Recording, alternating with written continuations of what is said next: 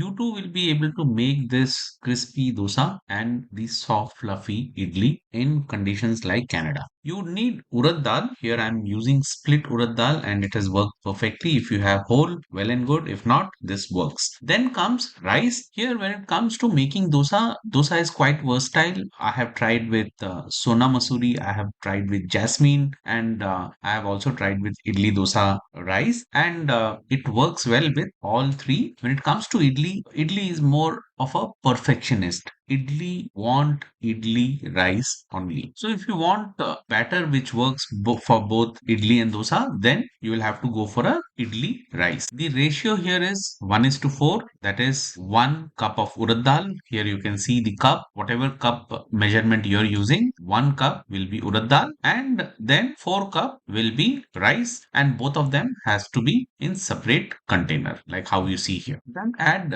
fenugreek seed to urad dal. This helps with the fermentation process. Here I have taken a very small portion as you can see, and this much will work. Rinse the rice thoroughly few times and then fill water to soak this rice for few hours. If you have any leftover rice, as you can see, I have put a handful. Only if you have, put that before you put the rice to soaking. If not, we will use poha just before grinding this rice. Wash the fenugreek and urad dal mixture thoroughly and then add water to soak this for few hours. Here I am leaving it to soak for 6 hours. 5 to 6 hours is adequate.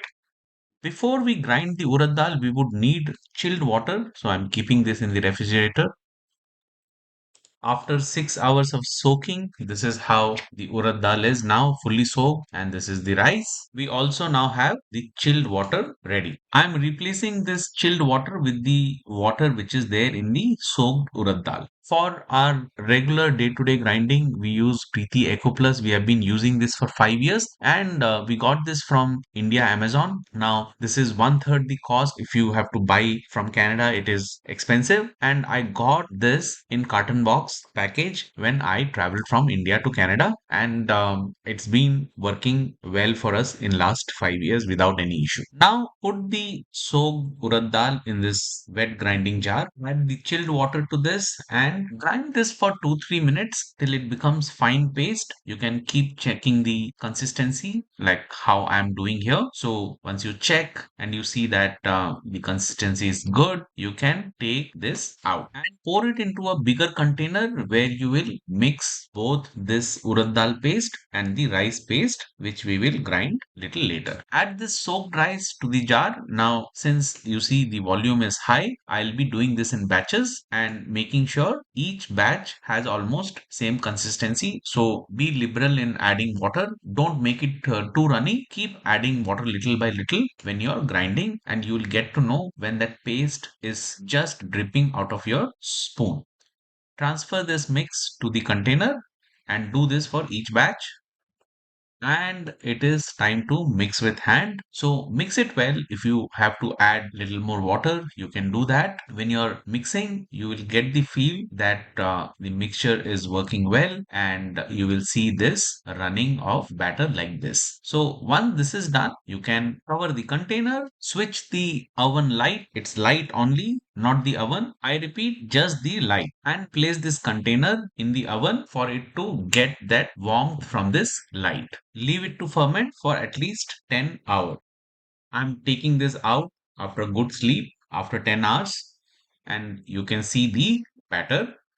It fully fermented. You see the air pocket. This shows the fermentation is good. And here, what I do is I only take the batch which I'm going to make it for now, and I don't touch the other part. Keep as it is. This is crucial to make the idli fluffy next time when you use. If you're using it all at once, you don't have to worry. Filling the water to the idli container for the steaming. To the idli plate, I have added a few drops of oil. Now, if you have muslin cloth, you don't need this. You can just wet that muslin cloth and keep it here.